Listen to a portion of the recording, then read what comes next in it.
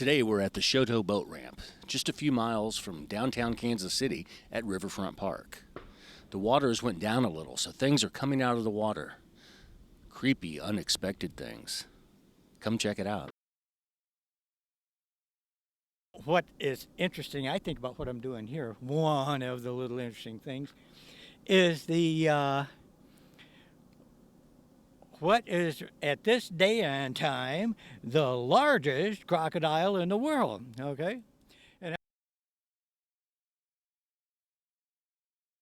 they went back, they captured this thing, and it was 21 feet long. Now, I've never seen a 21-foot croc or alligator, either one, but they showed this and they got it, all the villagers.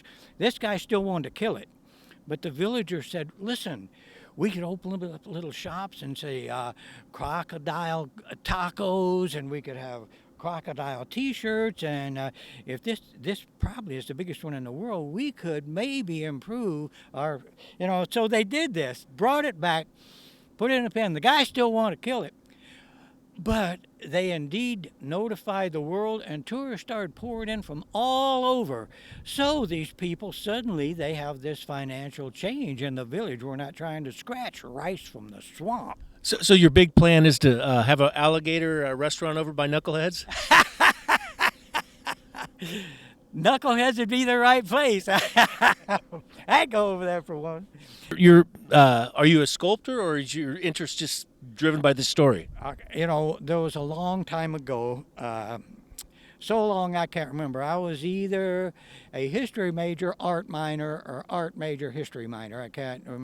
But I lived in Birmingham, Alabama, back hills of Tennessee, Toledo, and we never allowed waste. The final drippings went to the chickens, whatever.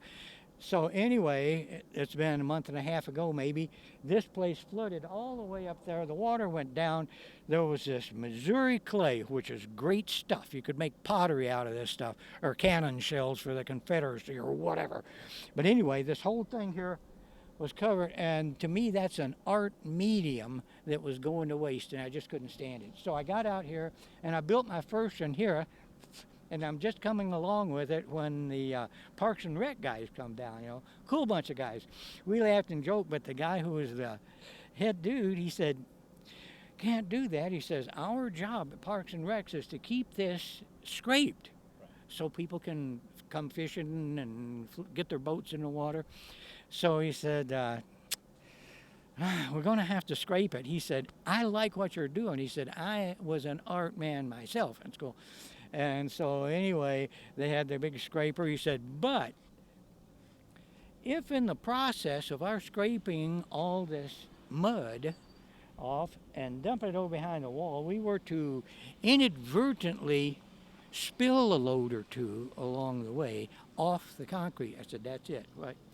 So that's what led to the first one, that led to the guys telling me about the 29-footer that supposedly is in the swamp in the Philippines, but now supposedly they have captured it. But I just couldn't stand as a I guess you'd say a quasi art of seeing all that medium, what I call it, clay, mud, whatever, just being scraped and thrown away. And they do it on a regular basis. And kids don't get to play in the mud anymore. Kids have to stay pristine, pure, shine their patent leather shoes and button up and whatever. And they don't get to. When I was a kid, I got to play in the mud. I lived in Birmingham, Alabama for a few years prior to living in the back hills of Tennessee. And that's in Tennessee is red clay, And I used to do stuff there. On the rare occasion in Tennessee, we even had snow, and I would make a snow sculpture along the dirt road that we lived on, and all the local people would drive by and holler about the snow sculpture. Now, what is that thing? I heard they'd say, I don't know, but we better feed it because we don't know. Anyway. Okay, nothing creepy came out of the water, but that thing is cool, isn't it? And that guy's such a character. You meet the coolest people on the river. Get out and check it out for yourself.